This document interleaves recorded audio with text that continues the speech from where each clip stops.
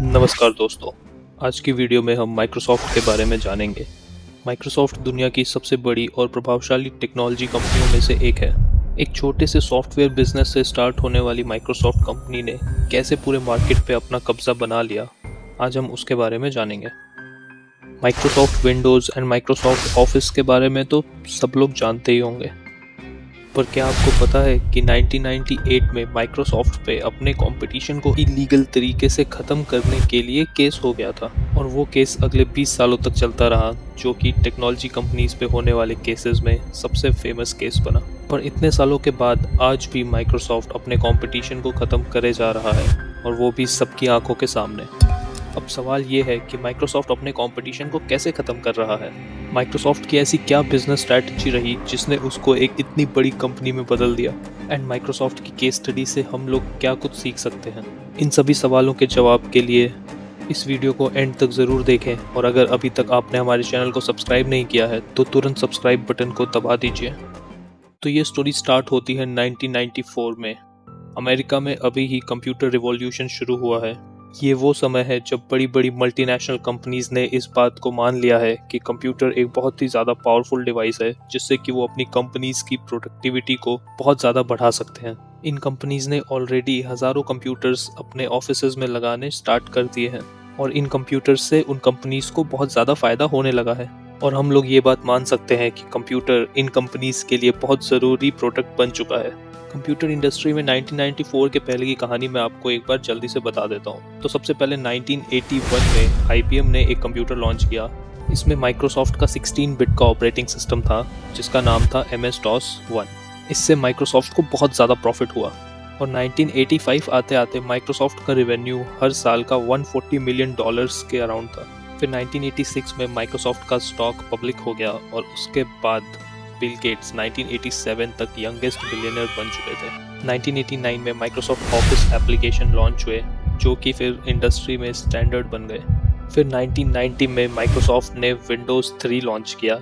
इसमें graphical user interface था, जिसने कंप्यूटर्स को आम इंसानों तक पहुंचाया। इससे पहले कंप्यूटर यूज़ करने के लिए आपको कोड लिखना पड़ता था, जो सबके बस का नहीं था। और 1994 आते आते पूरी दुनिया के कंप्यूटर्स पे 90% ऑपरेटिंग सिस्टम माइक्रोसॉफ्ट के थे। अब मार्केट में इंटरनेट की एंट्री होती है। कंप्यूटर्स का इस्तेमाल लोग इंटरनेट ब्राउजिंग के लिए ज़्यादा करने लगे हैं, जिसका मतलब है कि वेब ब्राउज़र्स की डिमांड में एक्सपोनेंशियल इंक्रीज। और उस समय का एक सबसे एडवांस वेब ब्राउज़र होता था नेटस्केप नेविगेटर। इसमें बहुत सारे कटिंग एज टेक्नोलॉजी वाले फीचर्स प्रेजेंट थे, और ये प्रोडक्ट इतना ज़्यादा अच्छा था कि $49 के सब्सक्रिप्शन पैकेज के बाद भी लोग इसको यूज़ कर रहे थे, और इसका मार्केट शेयर 80% से भी ज़्यादा हो गया था। 1995 तक नेटस्केप नेविगेटर एक $1 बिलियन कंपनी बन चुका था, पर नेक्स्ट 5-6 ईयर्स में ही नेटस्केप नेविगेटर पूरी तरीके से ख़त्म हो गई। आइए देखते हैं माइक्रोसॉफ्ट ने नेटस्केप नेविगेटर को कैसे पूरी तरीके से ख़त्म कर दिया। माइक्रोसॉफ्ट को 1994 में ये बात रियलाइज़ हुई कि वेब ब्राउज़र का मार्केट बहुत बड़ा है, और माइक्रोसॉफ्ट इसमें ऑलरेडी बहुत पीछे रह गया है। तो जब 1995 में विंडोज़ 95 लॉन्च हुआ, तो इन्होंने उसके साथ ही अपना इंटरनेट एक्सप्लोरर भी लॉन्च किया, और इन्होंने हर पीसी के लिए इंटरनेट एक्सप्लोरर को ही डिफ़ॉल्ट ब्राउज़र बना दिया।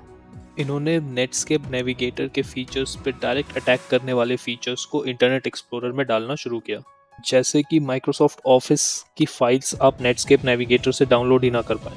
क्योंकि ऑपरेटिंग सिस्टम तो माइक्रोसॉफ्ट का ही था, तो इन्होंने इंटरनेट एक्सप्लोरर को अनइंस्टॉल करने का ऑप्शन ही नहीं दिया, और इंटरनेट एक्सप्लोरर पूरी तरीके से फ्री भी था।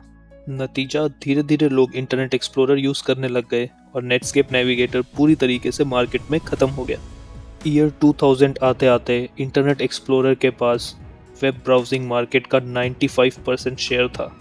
अब मार्केट में ऐसा स्टैंडर्ड आ गया था कि अगर आपको अपने एप्लीकेशन को ज़्यादा से ज़्यादा लोगों तक पहुंचाना है, तो आपको ये बात का ज़रूर ध्यान रखना होगा कि वो इंटरनेट एक्सप्लोरर पे काम करे। और हाँ, अगर माइक्रोसॉफ्ट को लगा कि आप कुछ ज़्यादा ही पैसे कमा रहे हैं, तो वो कभी भी आपका बिजनेस छीन सकता है, और माइक्रोसॉफ्ट आज भी ऐसा ही करता है। जूम एंड माइक्रोसॉफ्ट टीम्स का ही एग्जाम्पल देख सकते हैं।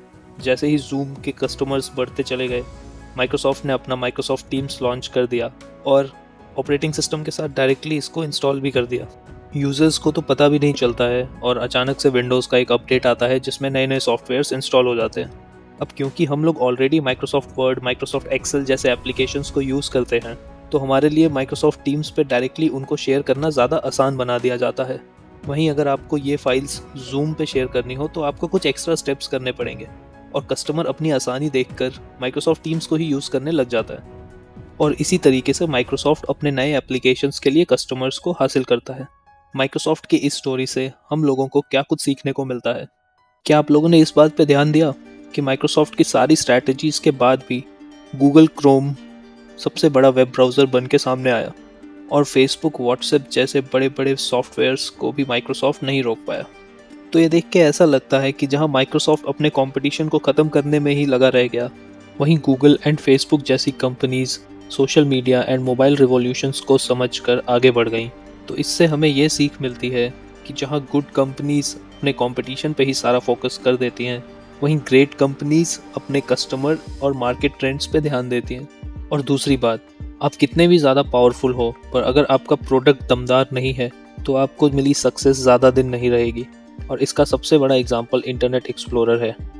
आज की वीडियो में हमारी तरफ से सिर्फ इतना ही। अगर आपको वीडियो पसंद आई तो लाइक बटन दबाना ना भूलें। ऐसे ही मज़ेदार वीडियोस को देखते रहने के लिए हमारे चैनल को सब्सक्राइब करना ना भूलें। मिलते हैं एक और इंटरेस्टिंग बिजनेस केस स्टडी के साथ नेक्स्ट वीडियो में। जय हिंद।